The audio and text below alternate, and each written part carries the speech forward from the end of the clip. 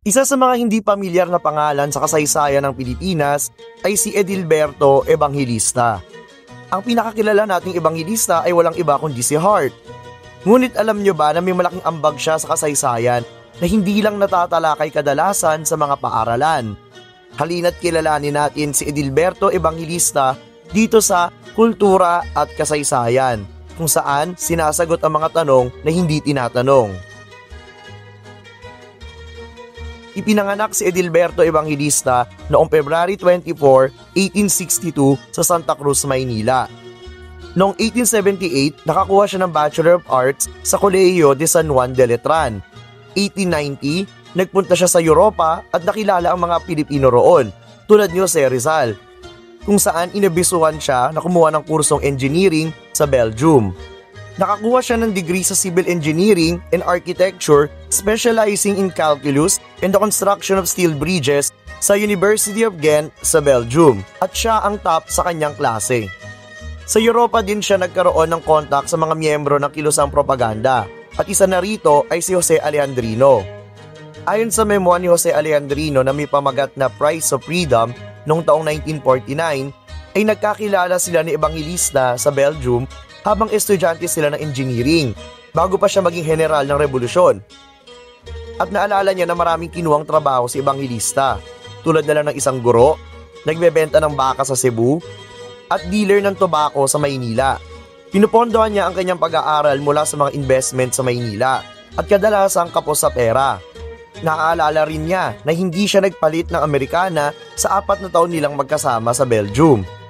Pinipili din niya ang pinakamurang apartment, kadalasan walang heating kahit na malamig sa Europa pag winter. Siya rin ang namamalengke at nagluluto. At upang makatipid sa gaas, ay minsan hindi niya na iniinit ang pagkain muli. Kung ano man ang matitira ay yun ay para sa alak. Nakakakuha din siya ng extra na pera sa pagtututor sa mga mayayamang estudyante bago ang kanilang exam. Pagkatapos niya mag-aral ng engineering, binigyan siya ng mga offer ng mga trabahong may matataas na sahod sa Europa at sa South America. Pero mas pinili niyang bumalik sa Pilipinas noong September 1896. Sa pagbalik niya ay nahulihan siya ng 2 pinagbabawal na libro ng mga Espanyol, ang No Limit Tangere at El Filibusterismo ni Jose Rizal. 3 linggo pa lamang nagsisimula ang revolusyon nung pagbalik niya. Matapos makalaya noong October 1896, nagtungo siya sa Cavite at sumali siya sa revolusyon at tinanggap ni Emilio Aguinaldo, kung saan ginawa siyang chief ng Engineer Corps.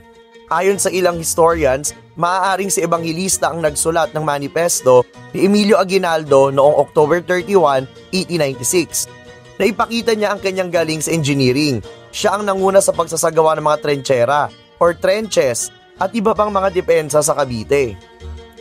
Ayon sa NHCP, ang mga trinchera tulad sa Binakayan, Dalahican at Noveleta sa lalawigan ng Cavite na gawa ni Evangelista ay kasing tibay ng mga ginamit ng mga Europeo sa digmaan at kinamanghaan ito ng mga Espanyol.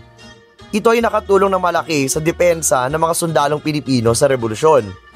Humingi rin siya ng tulong kay Pedro P. Rojas sa pagsasagawa ng isang foundry o pandayan habang nasa Singapore siya para sa mga kagamitang pang-agrikultura. Ngunit front lamang ito dahil ang pandayan ay gagamitin bilang pagawaan ng mga armas na gagamitin sa revolusyon. Nakasama na rin siya sa ilang engkwentro sa Cavite at sa timog ng lalawigan ng Maynila. Nakitaan siya ng pagiging kalmado ayon sa mga nakasama niya. Ayon sa post si Professor Ambet Ocampo, naging alamat ang kanyang katapangan kung saan may isang pagkakataon na may lumipad na cannonball sa kwarto niya at muntik na siyang tamaan ng ilang inches. Ang ginawa lang naman ni Evangelista ay umikot lamang siya at nagpatuloy sa kanyang pagtulog. Ganun siya katapang, hindi siya natitinag. May isang pagkakataon na pinayuhan siya na yumuko. Ang sinagot lamang niya, "Can you tell me where the next bullet will fall?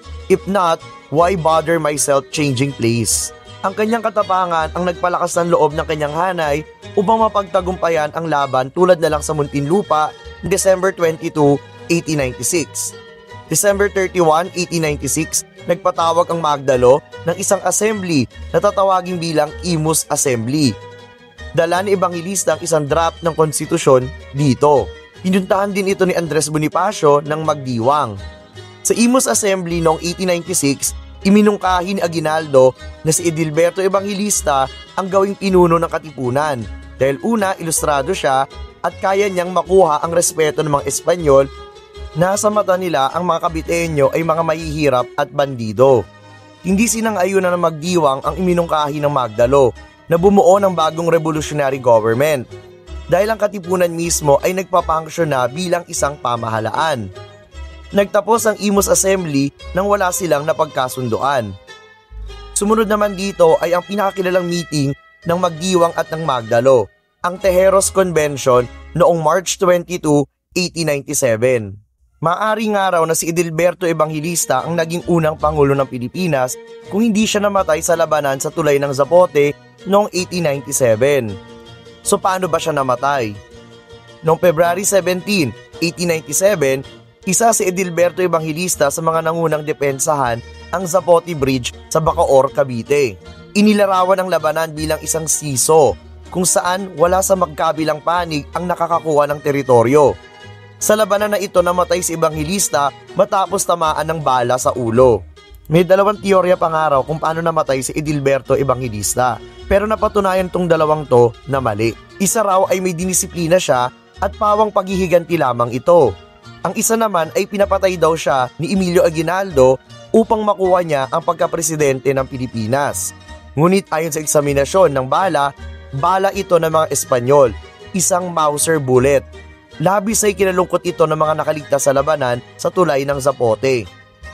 Upang alalahanin ang kanyang kabayanihan, ipinangalan sa kanya ang kampo ng 4th Infantry Division ng Philippine Army sa Cagayan de Oro City, ang Camp Edilberto Evangelista.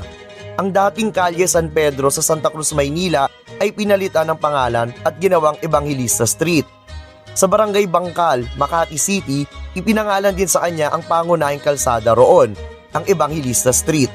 May mga proposal pa nga noong 2008 na palitan daw ang pangalan ng Alabang Zapote Road bilang General Edilberto Evangelista Avenue. Ngunit hindi ito natuloy. Priniserba naman ang Zapote Bridge at nilagyan din ng National Historical Marker at tinayuan din siya ng monumento roon upang alalahanin ang naging labanan noong taong 1897. Nilagyan din ng marker ang lugar kung saan siya eksaktong namatay sa Bacoor, Cavite. Tandaan natin na kahit iba ang iyong natapos, basta tinawag tayo ng Inang Bayan, tara na at tulungan na natin ito. Hanggang dito na lang, kita-kits tayo sa susunod na video. Ikaw, ano ang kwento ng kalye mo?